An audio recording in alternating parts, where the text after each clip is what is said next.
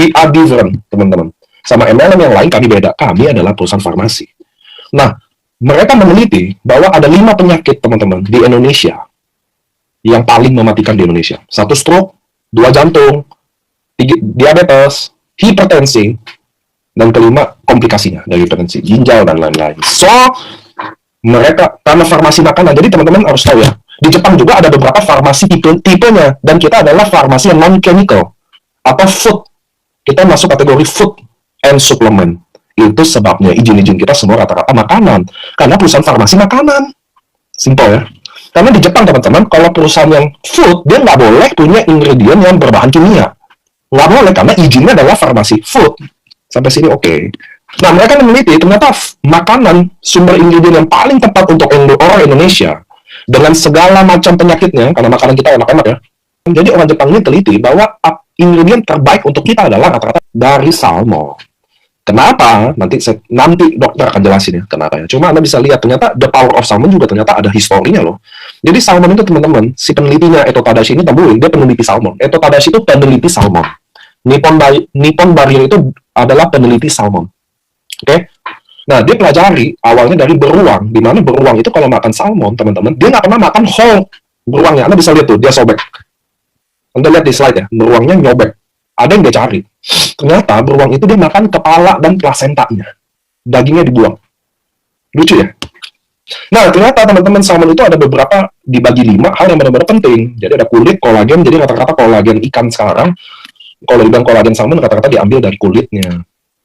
Nah, ovari peptide, milk DNA, telur, dan daging. Nah, ternyata setiap tipe ini punya aktif ingredient yang beda-beda, teman-teman. Dalam hal ini saya akan jelasin produk kita ada di ovari peptide dan milk DNA. SOP dan Subara. Marine placenta ini inspirasinya dari plasenta manusia. Ya udah jauh lebih dari orang Cina dulu, ari-ari disimpan nih. Bahkan kalau sekarang Anda melahirkan pasti ditanya plasentanya mau diambil atau dibuang. Tapi konsumsi plasenta manusia itu dilarang di berbagai negara. Di Jepang nggak dilarang tapi. Ovari peptide ini dinamainlah marine placenta oleh inventornya, yaitu Eto Tadashi. Oke, jadi bukan AFC yang ngomong, bukan saya yang ngomong, tapi Eto Tadashi atau orang Jepang. Orang Jepang kalau ditanya marine placenta mereka tahu. Nah, penelitiannya ternyata marine placenta itu punya kandungan asam amino lebih banyak dari placenta manusia dan placenta mamalia yang lain. Nah, SOP, marine placenta ini diester dari ikan Onsorsius keta salmon. Kenapa sih jenisnya ini? Jadi ada ceritanya, mungkin ini banyak teman-teman yang nggak tahu ya. Jadi Onsorsius keta salmon, dagingnya itu tidak seenak ikan kayak jenis-jenis lainnya. Jadi ikan ini kayak mubazir gitu loh, teman-teman. Nah, lanjut ya, Onsorsius keta salmon ini semenjak diketahui dari zaman Meiji itu mulailah banyak orang mulai itu, dari situlah pemerintah mulai jaga ekosistemnya, gitu ya, ada ceritanya.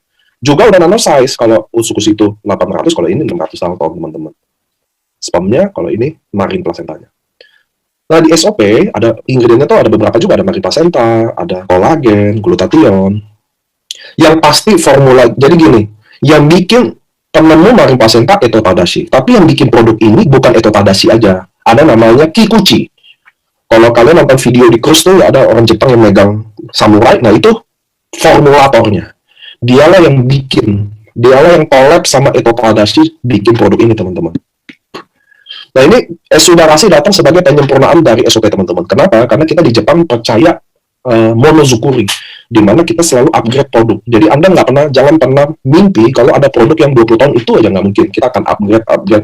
Mungkin someday kita udah siap kehilangan SOP, Sudarasi, karena akan datang teknologi baru yang mungkin lebih baik. Itulah cara perusahaan farmasi bekerja, teman-teman. Nah, ini ada Sudarasi.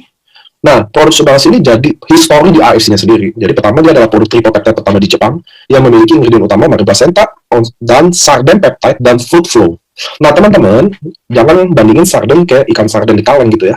Anda boleh Google sendiri, baca tentang apa sih sarden peptide, apa sih manfaatnya, berapa sih dijual sarden peptide itu di Jepang 3 jutaan, teman-teman, harganya untuk dikonsumsi sebulan.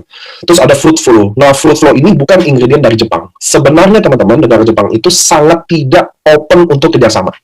Makanya kalau Anda cari-cari jurnal kalau soal Jepang, pasti dikit, saya jamin deh. Satu, Jepang nggak terlalu open sama Google, kalau Anda tahu ya. Jepang itu lebih suka Yahoo daripada Google. Satu. Kedua, Jepang memang sangat close, nggak se-open itu, karena rata-rata orangnya tua, ilmuwan-ilmuwan itu bukan orang-orang kayak American, yang semua kayak gini deh, kok bok kita mulus banget sih Pak? Kalau Amerika kan ada organik, ya kan, GMP, rame deh ngomongnya. Kalau Jepang nggak ada sih. Kalau mereka produk-produk yang eksklusif rata-rata mulus, bersih-bersih. Anda boleh lihat SK2, Anda boleh lihat Kanebo ya, ada patokannya kok teman-teman.